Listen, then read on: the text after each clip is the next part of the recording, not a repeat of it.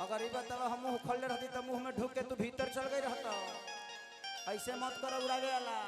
बाबा अखिलेश दीनवा नहीं खेबू दूर हमारे नाम से चिन्हबू तू हो जाइबू मशहूर।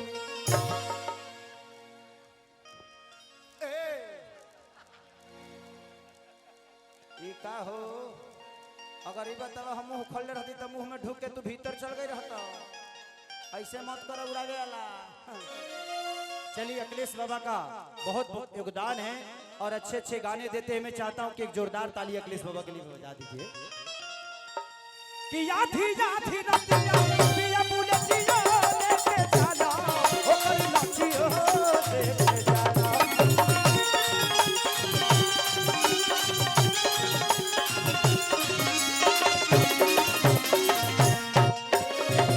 नाच के नसावे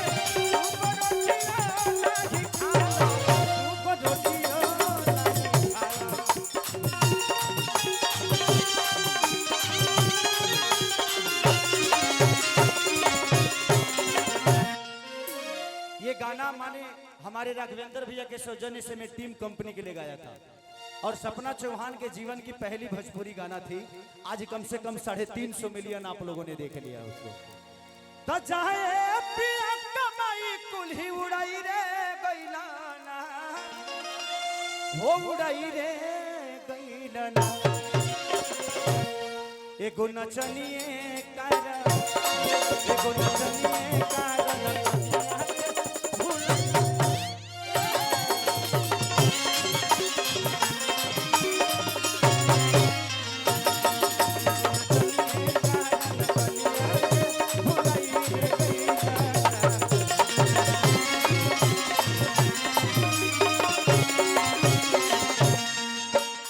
जो तेरी नहीं हमारे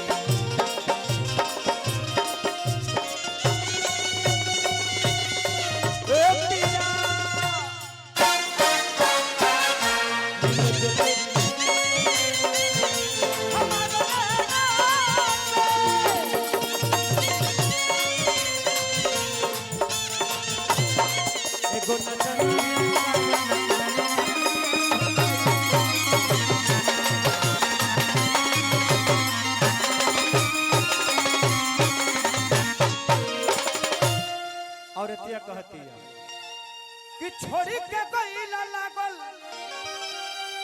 बाबे देखी या में आगी। छात्र शक्ति के झाबर सिंह भैया की तरफ से बहुत पुरस्कार। भगवान से प्रार्थना से तहार हो ऐसे गढ़हन नोटाई तो हमार हो जाई। कि छोड़ी के जाला राजा लाके देखी या में आगी लाके देखी या में आगी। बड़ा पागल आइल हौवा बलिया के बागी हौवा बलिया के बागी। कि छोड़ के जाला राजा लाके देखी या में आगी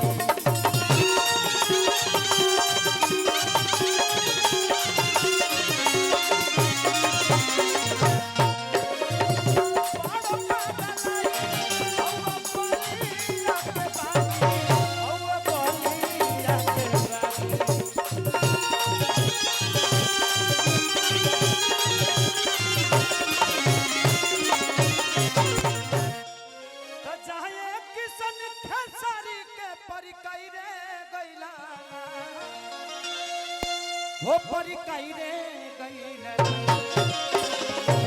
एगो नचनिए कारण एगो नचनिए कारण कन्या भुलाई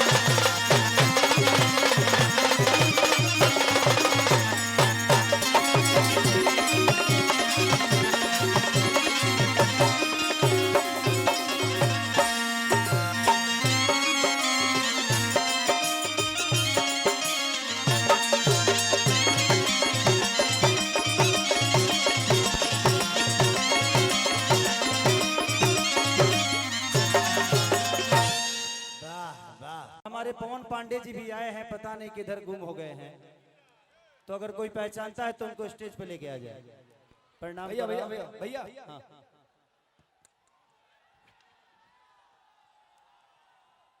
आप लोग इतने लोग खड़े हैं, अब मैं वहां से देख रहा था, कोई एक आदमी बोतल उठा के थी, वो तो सोच रहा है कि हम बोतल बिक दिए, वो तो सोच रहा है कोई देखा नहीं, लेकिन वो उसके अगल बगल तो कोई होगा ना। वो जैसे बोतल ना जैसे बोतल उठाए तो जिस हाथ से उठाए उसी हाथ को ऐसा तोड़िए मरोड़िए कि फिर एक्सरे के अलावा फ्रैक्चर निकल जाओ। ठीक है ना? हाँ, इसलिए कि ये व्यवस्था है, ये अच्छे कलाकार आए हैं। और बताइए, इनके लिए, इन लोगों के लिए आप लोग पैसा दे के जाते हैं सिनेमा देखने, आई लोग ओकरे बादो पर्दे पर बालो आई बेरी हेतना नियरा से दिखत आलो देखे आनंद लेवे के बाद।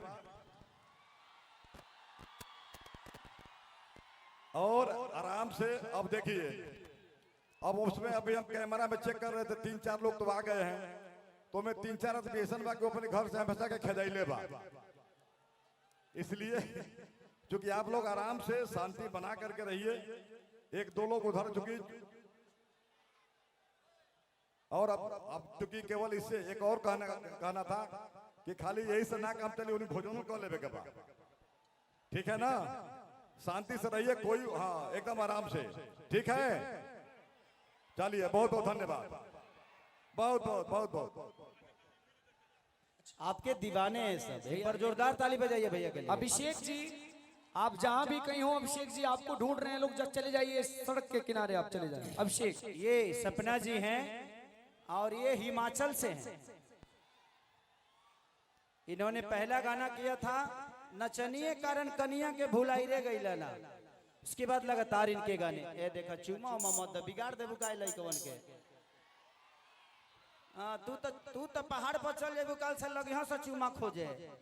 आह दादा, चुमा कहाँ मिली, तो काम गबड़ा जाई। चलिए, बहुत अच्छा, आप इनको प्रणाम कर लीजिए, उसके बाद 2 गाना आपके साथ हम करना चाहते हैं। नहीं बोल पाओगे? एक बार सिर्फ इनको इतना ही बोल दो, कहाँ हलवा देवर जी, बोलना रे, मुंह से बोल, मुंह से। का हाल बा देवर जी? देख लो, ये लोग पागल है कार्य, तनी मुनी देवर का गलत। अच्छा, ये बताओ जी, क्या हम ढोरत होगी तो तार लोग के मजा आवत होई? हम कुछ करब तो तोहरे लोग के मजा आई।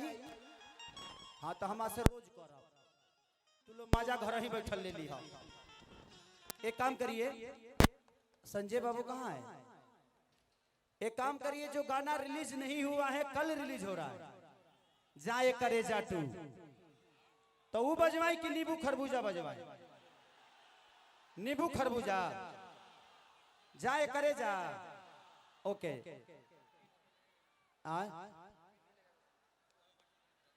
व्हाट्सएप कर दो, तू अपन व्हाट्सएप तले नींबू खरबूजा बजा दो, ओकरा बाद व्हाट्सएप कर दो, तो इनकरे के जाए करे जा बजवा दिले। चलिए, बहुत प्यारी है आप, बहुत सुंदर हैं, भगवान ने आपको फुर्सत से बनाया है। अब फालतू काम फुर्सते में होता है ना? बजवा दे बाबू, बजवा दे। उसके